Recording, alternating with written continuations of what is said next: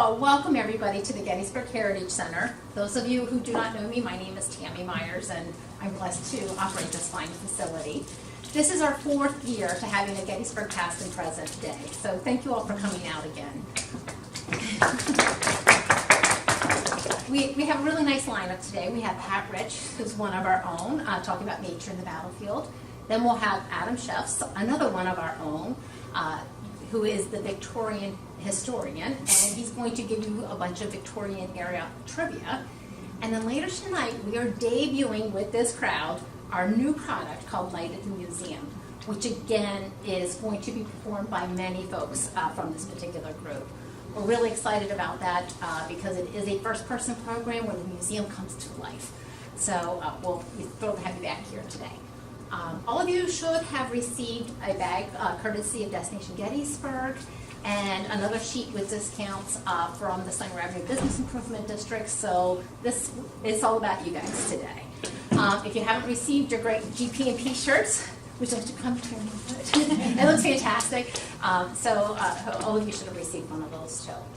So without any other further introduction, actually I should probably say 2 more quick things. I want to thank you all for your patience in the delay in getting started here today. We had a last-minute leadership group from Penn State University, and even the university's president was here with this student-run group. And so it was our honor to have them here today. So thank you for your patience in getting started later. One thing I do want to also make you all aware of is something new that's going to be happening here at the Heritage Center starting May 2nd.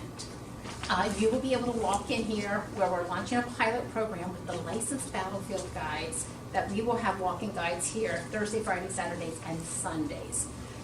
The hope is we'll have about a month-long pilot program, and then you'll be able to walk in here 7 days a week and be able to acquire a guide. We're excited because we'll serve as a second location in addition to the foundation, but it will be a great resource that's available here. So just wanted you all to know about that in case you have friends or family or you're interested. We'll continue to work with GettyPeds and the Victorian Carriage Company out of this facility. So now, without any further introduction, and I'll do my bit now. For those of you who don't know me, I'm Larry Schlepper, one of the co-founders of Gettysburg Past and Present, way back when, 2003. Just welcome you all to the program and thanking you all for turning out on what has turned out to be a really nice day after a really very cold start. So as soon as we get squared away here with Pat and her slide program, we'll get started.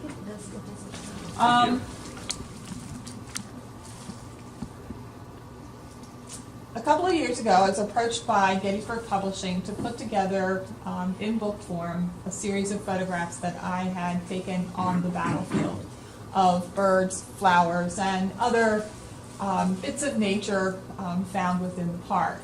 And the result of that was this book, Gettysburg, The Nature of a Battlefield.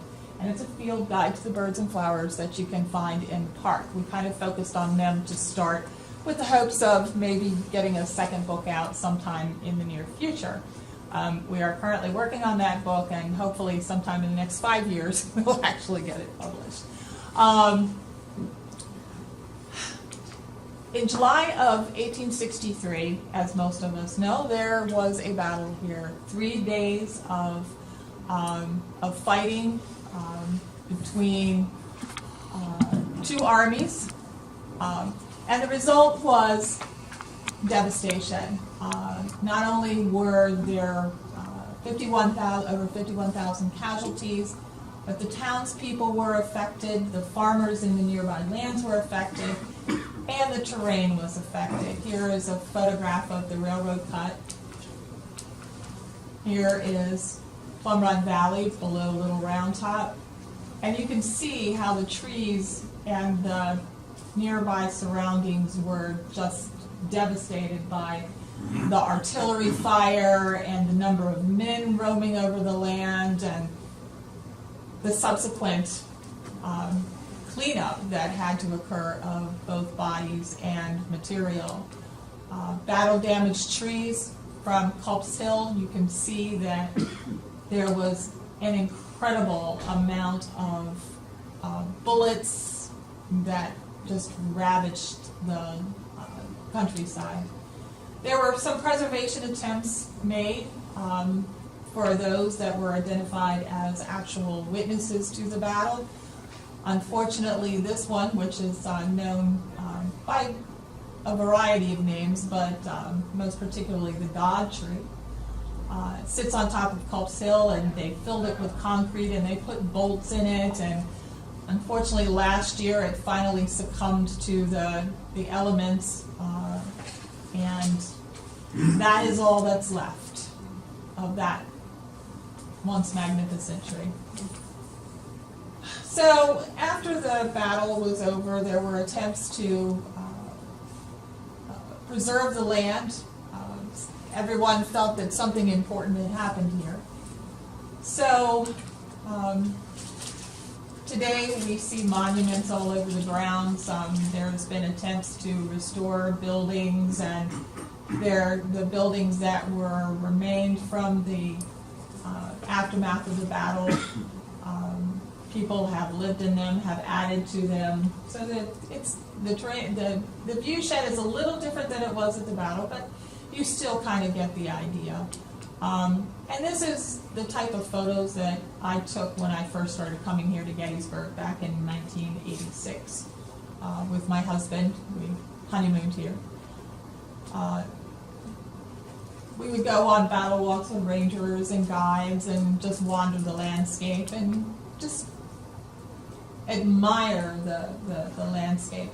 With the monuments, they just kind of added a different sense of beauty to everything, you know, your art in the park, so to speak, so to say. But over time, I started to hang out at the back of the crowds, and I started to look at the park in a different way. I was now using the landscape to highlight the monuments instead of the other way around. We started discovering these little pockets of wildflowers and flowering trees and our little feathery friends. Again, just a different way of looking at what we've been looking at for a couple of decades.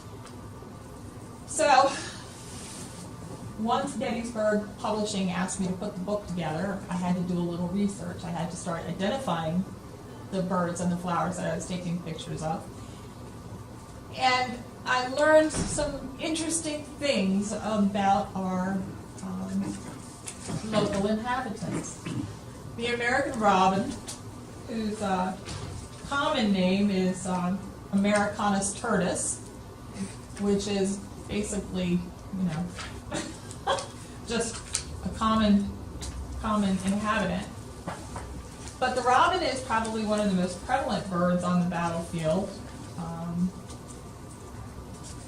They most times stay here during the winter, but not as large amounts as they normally do. As you can see, they like to perch on fences and monuments, and are easily spotted for their big red breast. Then we had the red-winged blackbirds. These guys come back every spring. They will have multiple broods during the course of the year. And they can be quite aggressive when you wander into their territory, particularly when they have young, such as that cute little fellow on the right. Eastern meadowlark, very easy to spot. They're ground nesters. They belong to the blackbird and not the lark family, despite their name.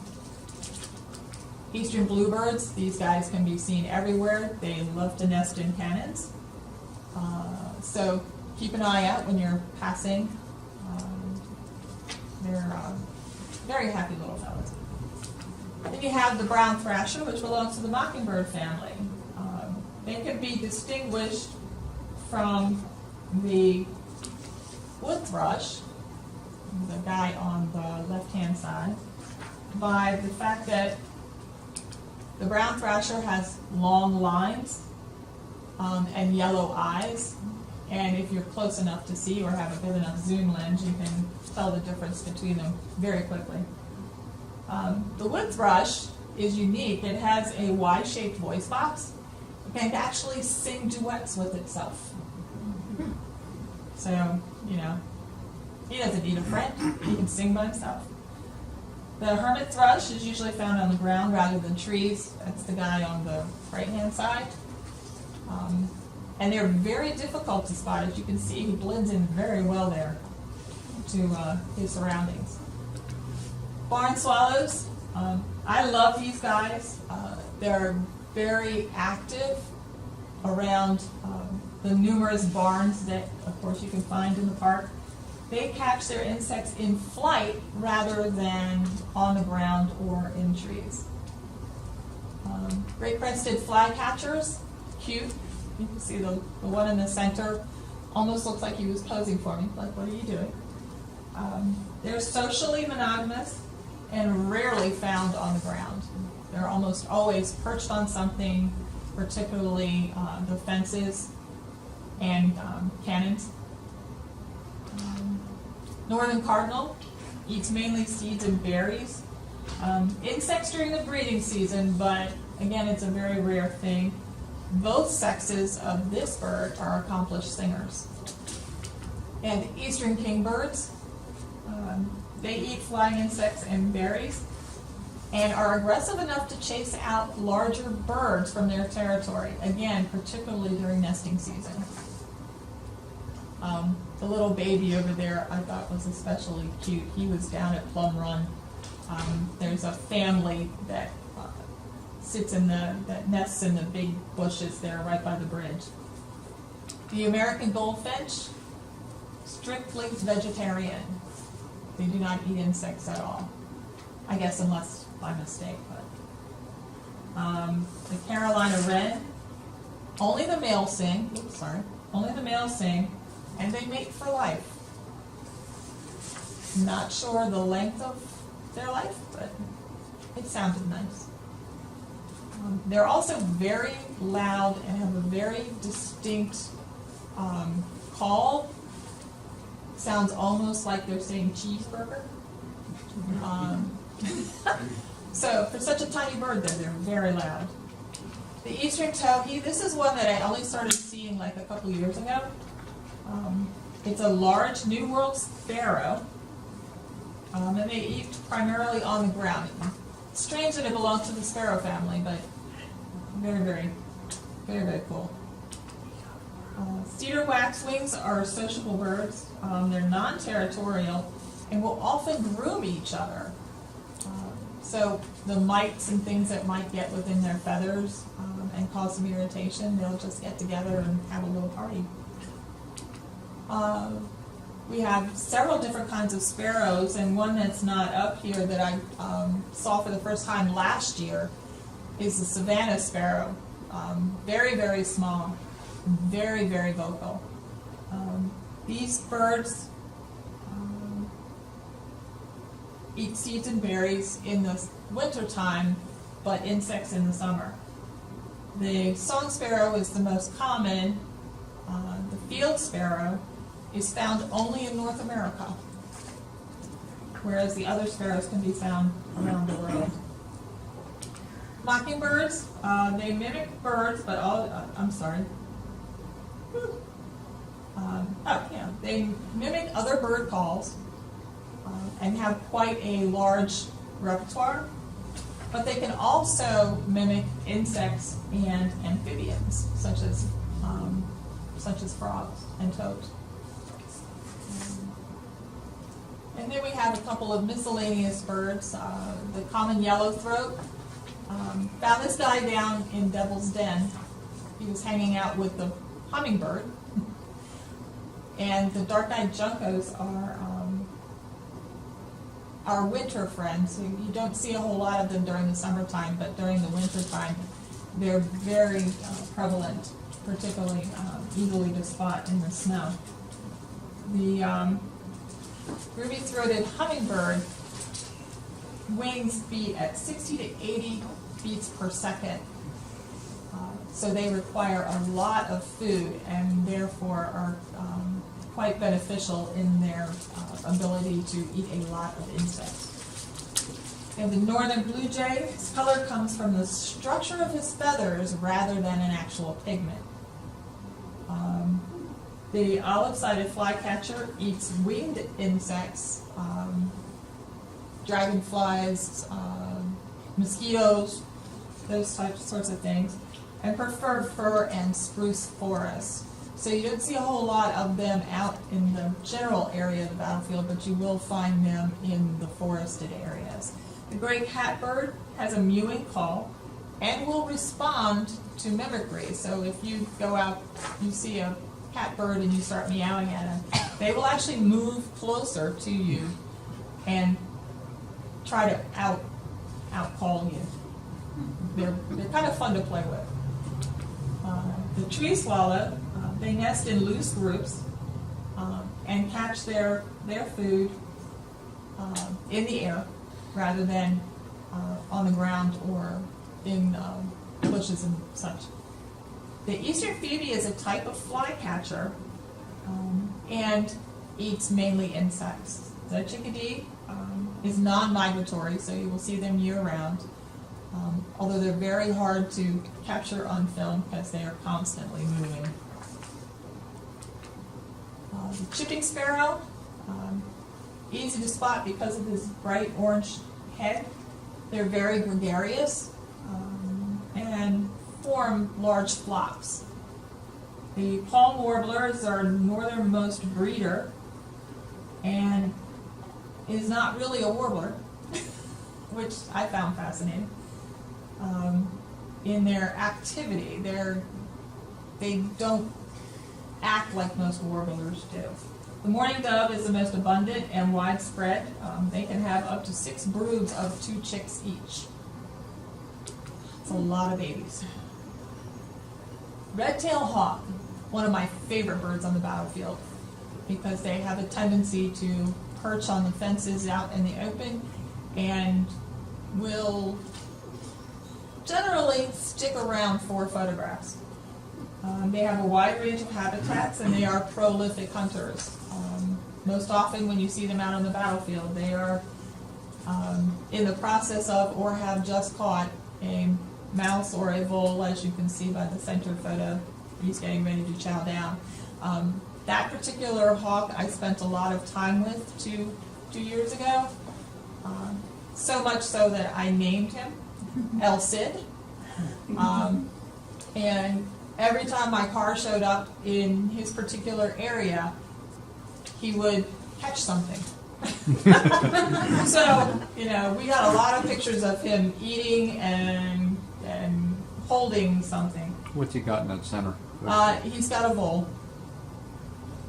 And he ate them all up. The Cooper's hawk, this one, not only will you find them on the battlefield, but they're mainly suburban hawks. They prefer to hunt in an area where the pickings are easy, like your bird feeders. And that is a good source of food for them. So they will hang around in your backyard and just wait for your birdies to start to eat. I've had many a bird lost to Cooper's hawk. The American kestrel. This is one of what I call my nemesis birds. They're very hard to catch sitting still. They, as soon as they see someone even close to approaching their area, they will fly away. Another name for the American kestrel is the sparrowhawk because they have a tendency to attack and eat small birds. They are the smallest of the raptors.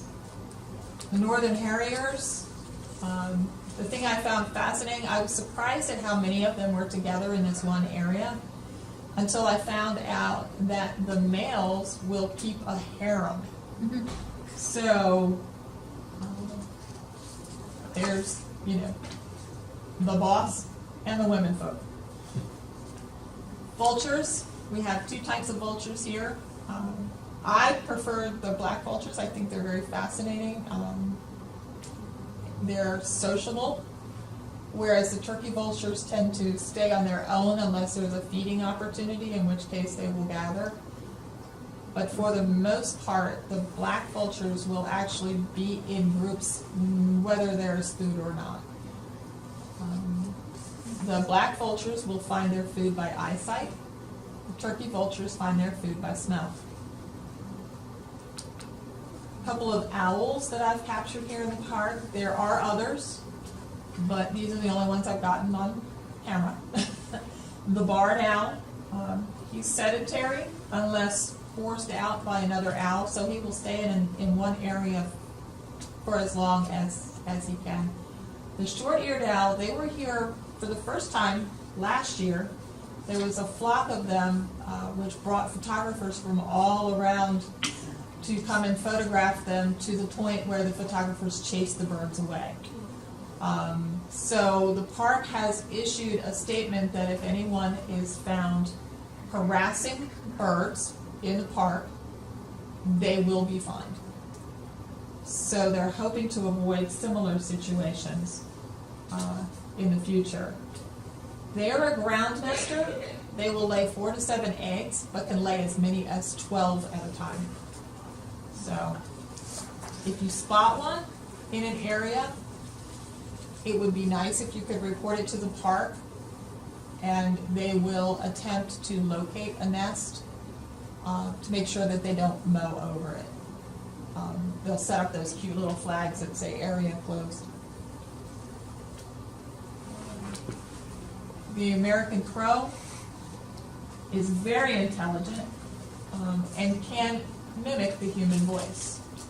Some people keep them as pets. Not sure why, but wild turkeys? No, not the drinking kind.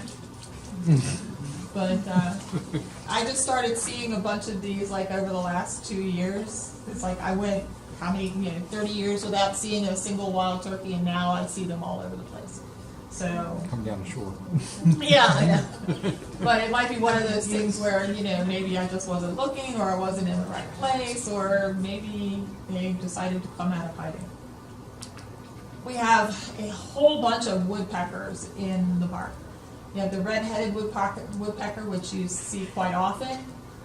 The northern flicker, which is beautiful in flight. The underside of his wings is yellow. It's absolutely gorgeous. The red-bellied woodpecker, not sure, he's obviously got a red head, but he also has a red patch on his chest, which is why they call him the red-bellied versus the red-headed woodpecker. We also have the downy woodpecker, very small, and the white-breasted nuthatch, which sort of a woodpecker, not really in the woodpecker family.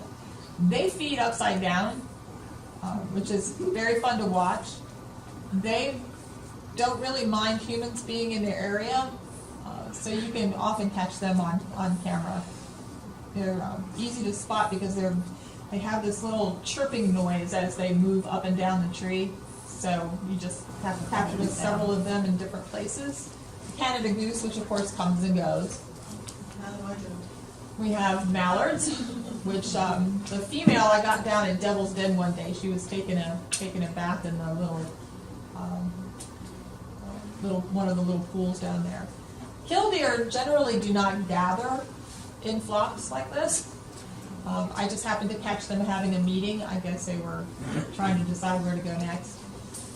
Even though they're a shorebird, they tend to like the open fields here, and you will often see them out in the farm fields picking up seeds and insects. So, on to some flowers. The park is just chock full of flowers. One of the things that has happened as we preserve land for military study and what else, we've also preserved the land for the flowers and the trees and the animals because they're protected. You're not supposed to pick the flowers, you're not supposed to trample the flowers or dig them up. Daisy fleabane, one of the most common that you'll see out on the battlefield. They look like little tiny daisies. They are found in 43 of the 48 lower states. very common. Purple asters are late season food for butterflies. And the mayapple is poisonous till ripe and must be cooked, but you can make jam, you can make wine, there's all kinds of stuff that you can do with mayapples. Although they're very small and it would take a very lot of them. Trout lilies, generally found in the wet areas, in the forests. They're named for the coloration of the petals. They look like the side of a trout. Then you have the blue anemone and the wild geraniums. The spring beauties, the tubers have they're the earliest of the spring flowers, and the tubers have a chestnut flavor. The Indians used to use them to flavor some of their foods. The wild violets can be eaten or used as decoration on food, particularly cakes and cookies.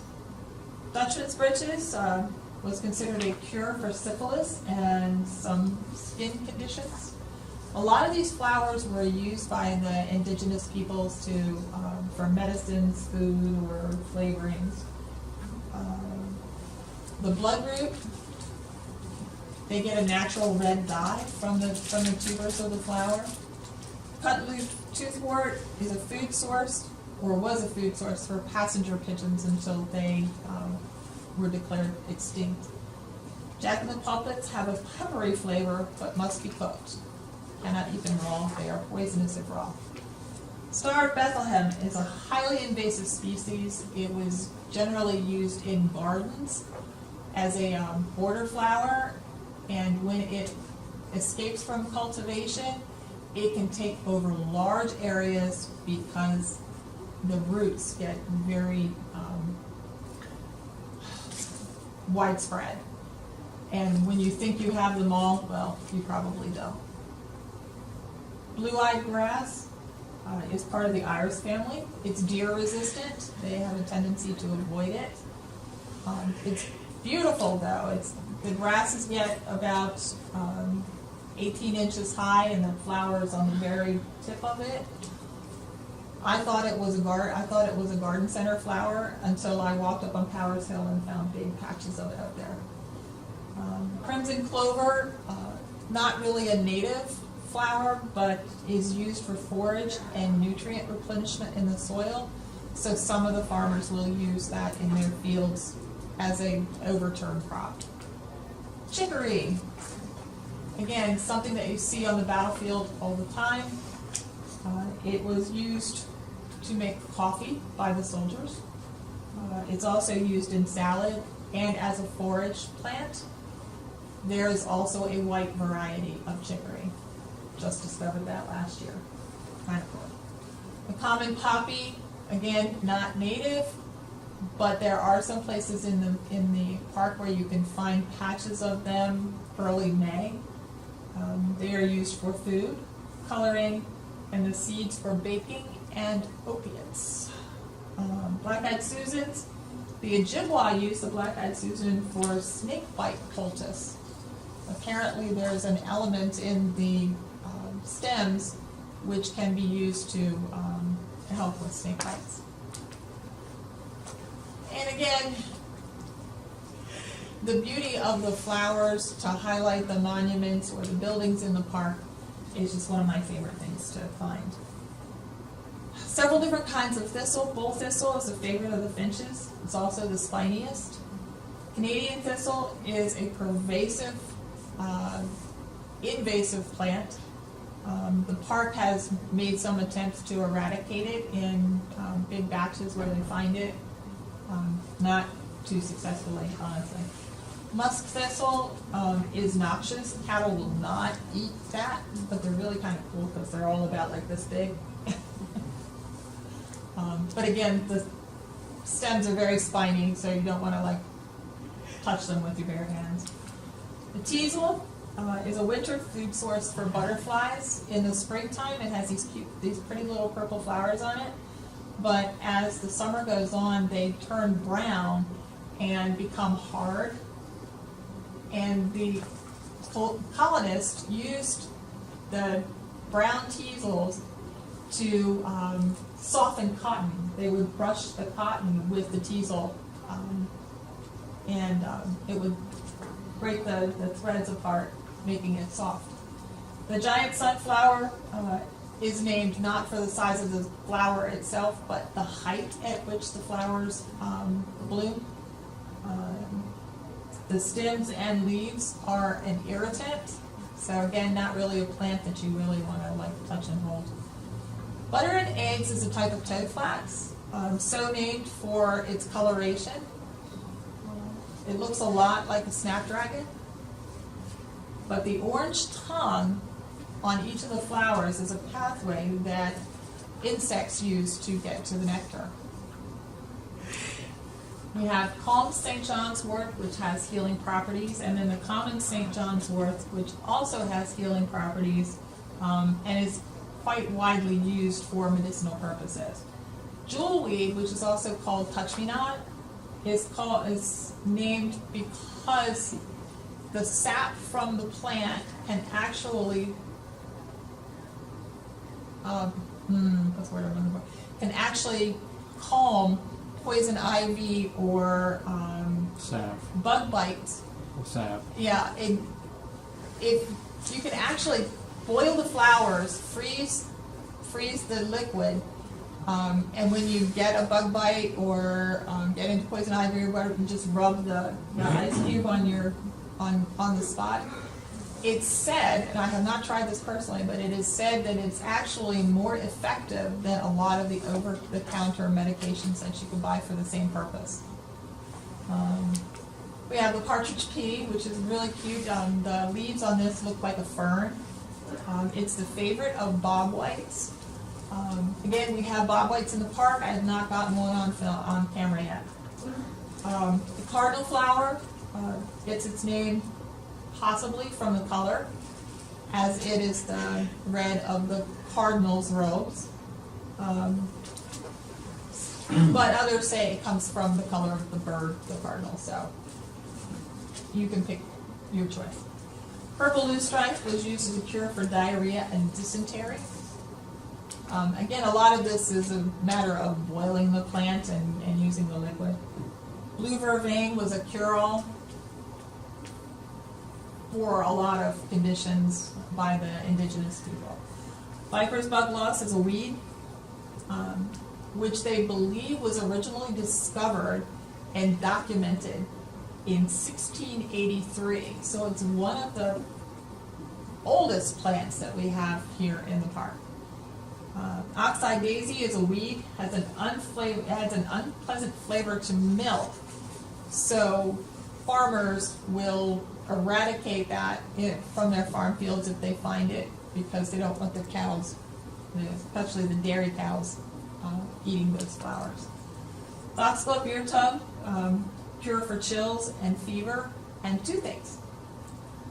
Blackberry lily was a cure-all introduced by the Chinese when they came to this country. I think it's really pretty. I just like it. Prickly pear is the only cactus that's native to the eastern United States. And there are only a few places where it's found, mostly, I think, purposely cultivated as opposed to showing up naturally, but I'll let it go. Golden ragwort was used for curing reproductive conditions. Horse nettle, cattle tolerant of it, but tend to avoid it because of the spines on the stems. And when you're walking through the grass without high shoes or socks on, it can be really irritating. Common mullein was a cure-all, again, for a lot of conditions. But one of the interesting uses I found for it were that the soldiers would actually dip this in some kind of fat or oil and use them for torches, because it took a long time for the top portion of the plant to burn because of the moisture content in it. Then we have bittersweet nightshade. It's a toxic plant. I've only found it in a couple of places here in the park, and but I think its biggest claim to fame is that it was a counter to witches. So if you had a witch problem, you would just plant this around your house. Moth mullein is another one of these older plants, very pretty, medicinal purposes, but it was also found that seeds that were gathered in 1879 were planted in an experiment, and 50% of the seeds germinated after 75 years. So the seeds were like put away, 75 years later they planted them, and the plant, and 50% of the plants grew. I think it's pretty amazing. The Virginia rose, despite its name, is actually native to this area, and is actually in the rose family, because sometimes when they give them names like that, they really don't belong. Multiflora rosa is a highly invasive plant. There are several who have called for the eradication of this from the park too. Again, it's not an easy thing to do. One of the reasons that I like it, other than it's pretty and it provides a good backdrop for photos, is that it's also an excellent cover for wildlife because of how thick it gets at the base. That's also the reason why it's very hard to eradicate. The common milkweed is a primary host plant for monarch butterflies. You will find over the last couple of years that the park has ported off certain areas of the milkweed in hopes of providing a much better area for the monarchs to feed up before they head south. I have spent literally hours with one patch of milkweed, taking pictures of monarch butterflies, swallowtail butterflies, and hummingbird moths. They love those plants. Turtlehead was a find of mine from 2 years ago, and I notified the park where they were so that they would not destroy that area. Turtlehead is a larval host for the Baltimore checker spot butterfly, which is an endangered species, and I hope that maybe someday I'll catch one on one of these turtlehead plants.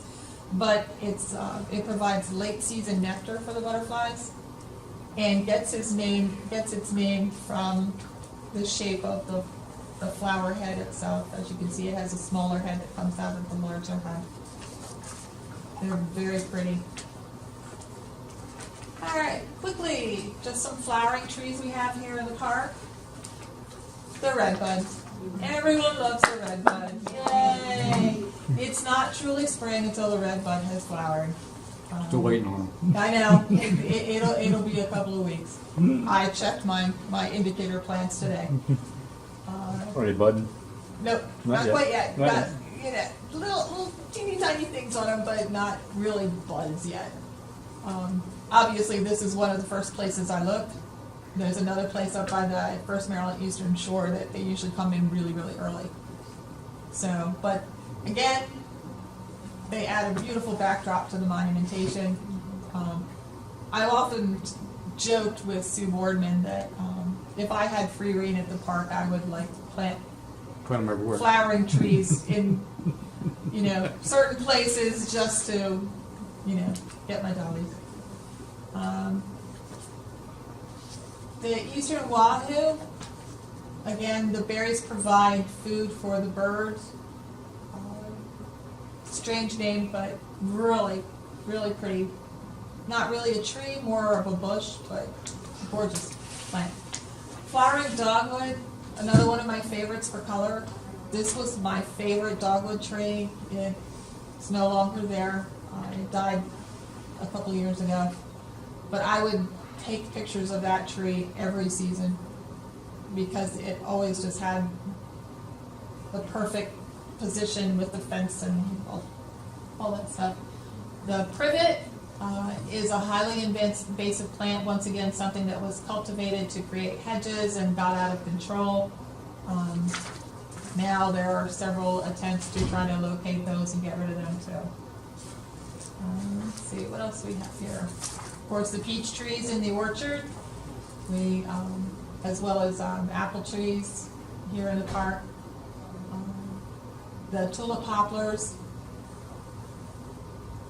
very, very large trees found in big patches in certain areas. Culp's Hill is another place where, Culp's Hill is one of those places where you can find a lot of these things in one area. The tulip poplars along the backside of Culp's Hill are really gorgeous when they're in bloom, because there's a whole bunch of them together in a row. The catalpa trees, those are the trees that have those long beam-like pods that hang from them. There's one right behind the first mass on Emmitsburg Road. Again, really pretty flowers. The mountain laurel, very similar to the catalpa, but with pink edging on the flowers versus the more yellow look of the catalpa.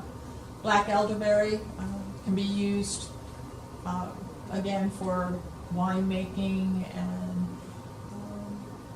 some people make pies with the berries.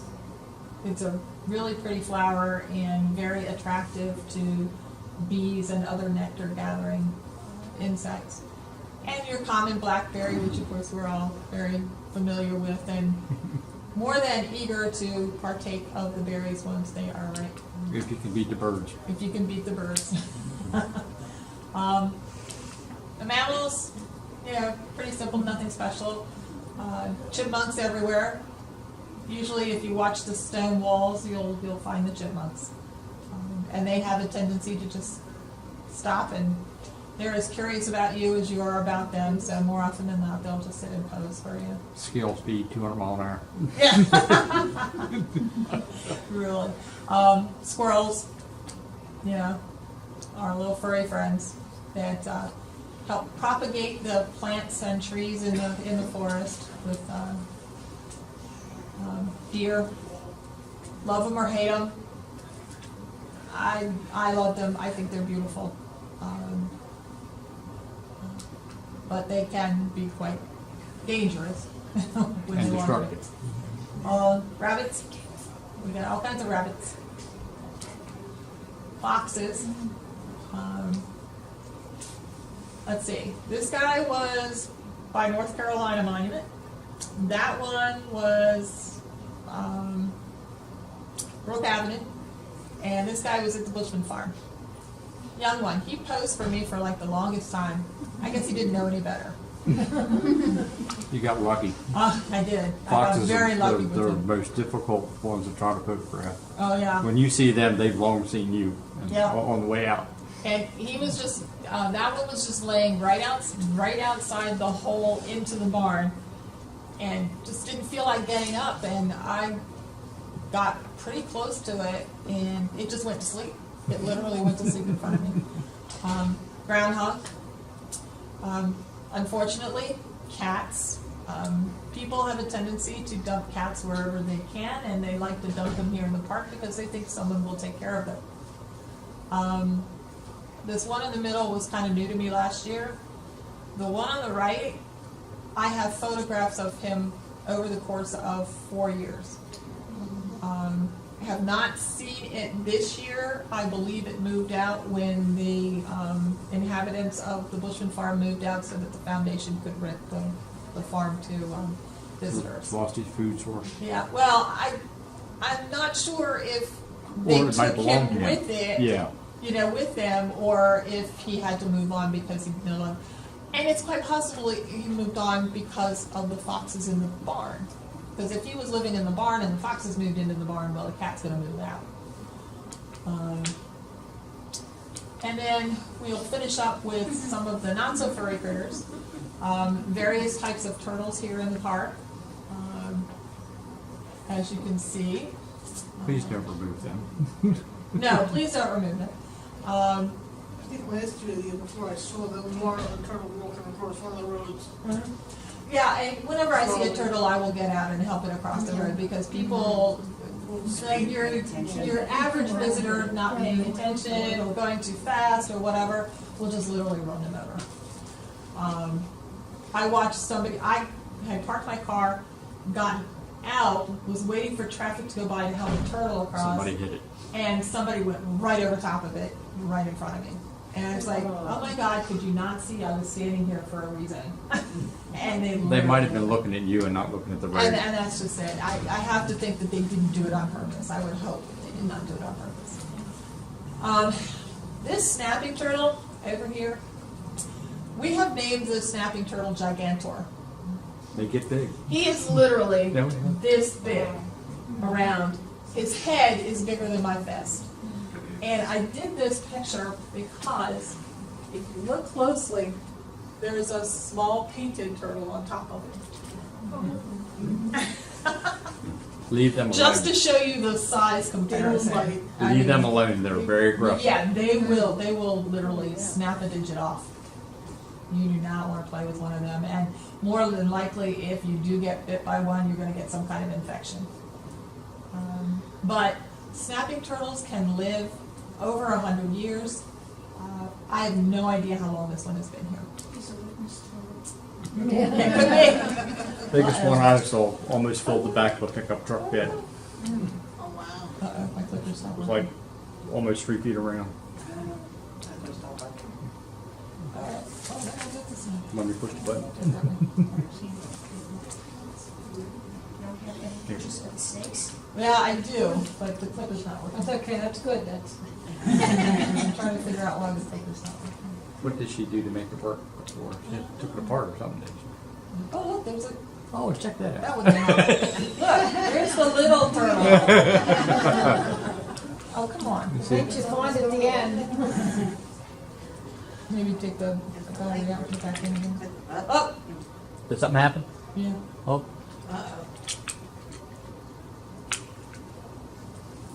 Oh, we can do that too. All right, let me see. started again, didn't it?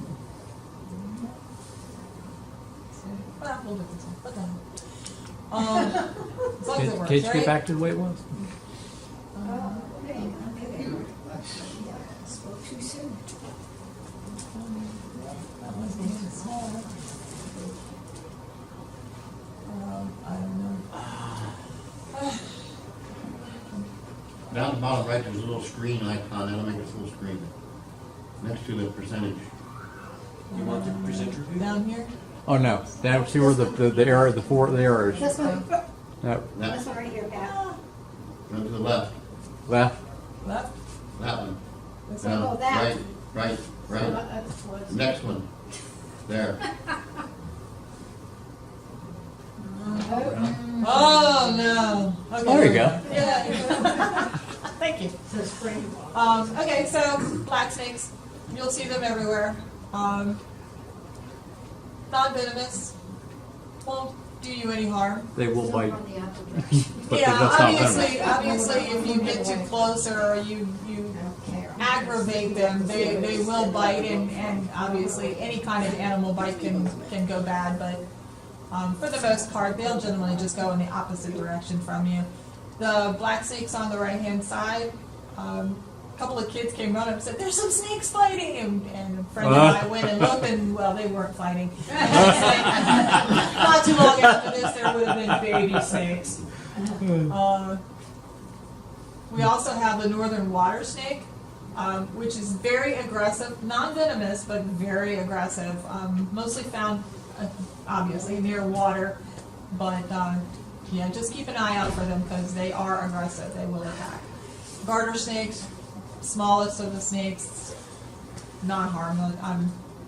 Harmless. I almost literally sat down on one. Copperhead. They are venomous. You don't want to mess with them. This was a baby copperhead. Right on the bank was a frog, and I was wondering who was going to get who in this situation. But avoid the copperheads if you can. If you see one, go the other way. And then we have a variety of frogs. We have the northern green frog and the American bullfrog.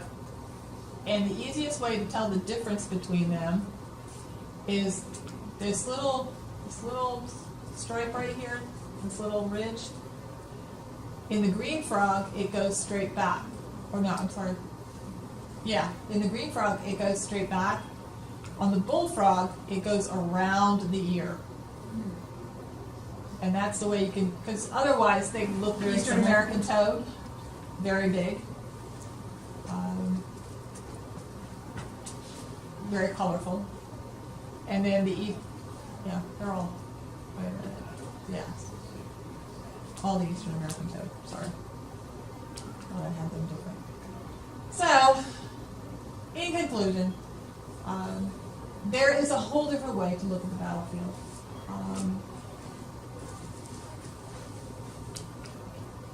It's sorry. We have other things too. Fish. There's several different kinds of fish. Dragonflies. I thought I fixed that. And then we have, of course, the butterflies, common buckeye, the yellow swallowtail, and our friend the monarch. So when you're out on the battlefield, you never know what you come across. Here we have a panther. Or, not really. It's just a regular cat. It looks like he's ready to But this one I have also seen on the battlefield in the same general area over the course of a couple of years. There's beauty in everything. So don't look just at the monuments, don't look just at the markers. There's so much more to the Gettysburg National Military Park than what we originally created the park for. And I think that if you get out onto the battlefield and start looking for these other things, you'll have a whole different appreciation for what the original preservationists and the Park Service and the War Department and today's preservationists have done for us. And who knows, maybe you'll be surprised. I'd like to say thank you to you for being here and to the Heritage Center for letting us do this. If you're interested in a copy of my book, they sell them here. And they also sell them at the bookstore at the Visitor Center. Pat, I was just going to say, during my travels, I used to walk around and say, what is that? What is that? I bought Pat's book 4 years ago. It's Belbeard. And I know, it's very helpful. And just on what your presentation, the Mount Laurel is the state flower of Pennsylvania. Oh, there you go. And I did see a bobcat by a big round top like 4 years ago. Yeah, I've heard that rumor, and I told my husband I was going to camp out up there, and he's like, maybe you shouldn't. Bobcats aren't that big. Yeah. They're not much larger than a regular domestic Right. cat. Yeah. But it was scourging through the garbage there at the trash cans where people missed the trash cans, Yeah. instead of putting it in. Doesn't surprise me. Well, So, and it's funny because I've done a couple of these little forays into the park, by myself, and it was like one day I was going up Big Round Top in the snow because I was like, I wonder what the view looks like from up there. And I hadn't told anybody I was going there. I didn't have my cell phone with me, and I'm walking up the hill and I noticed these big paw prints in the snow, and I'm like, oh dear God, I hope that's not a bear, right? And then I heard this noise, and I was like, oh my God, right? And this guy comes down the hill with a big Saint Bernard. I was never so relieved in my life. I was like, but and now I hear that there have been several bobcat sightings and coyotes. Several coyote sightings. Coyotes are very common. They limited the coyote hunts in Pennsylvania, and coyotes are starting to overtake everything again. Right. But I hear that they're really prevalent over on Wolf Hill. So I'm kind of hoping that with Wolf Hill and Culpsville being close together, that maybe I'll eventually If nothing else, It looks like I a know that mangy Mr. dog. Schultz will Yeah. take me up there and help me find them. The nose is really pointy. Yeah, they look just like a dog with mange, and you'll say, what's that? Oh, that's a coyote. Yeah, It isn't like the one you see chasing the road runners. yeah, no. Does anyone have any questions? I know she didn't do bald eagles. You did it on purpose. Well, here's the thing. It's like, I've seen bald eagles in the park. I have not taken a picture of a bald eagle in the park. I know where there are several bald eagle nests. Keep that to yourself. Within the park area. Well, okay, you can see bald eagles, particularly over in the Bushman Farm area. I believe there's a nest up on Bushman Hill somewhere. There are also at least one pair and a juvie over on Red Rock Road, which is, I mean, if you want to get technical about the Eisenhower Farm and stuff over there, it's technically park, but again, not what I consider a regular park area. I tried to limit the stuff that I put in here to those areas where other people can see them. Right. So, but yeah, we do have bald eagles here, and a friend of mine, Linda Tokak, got some really great pictures of the bald eagle at the Bushman Farm. So, yeah, they're here. They've passed They're my over me special- at they're least my twice specialty. when I haven't had the camera ready. That's usually how it works. Yep. And you don't get many second chances. Nope, no you don't. So, all right, well, thank you very much.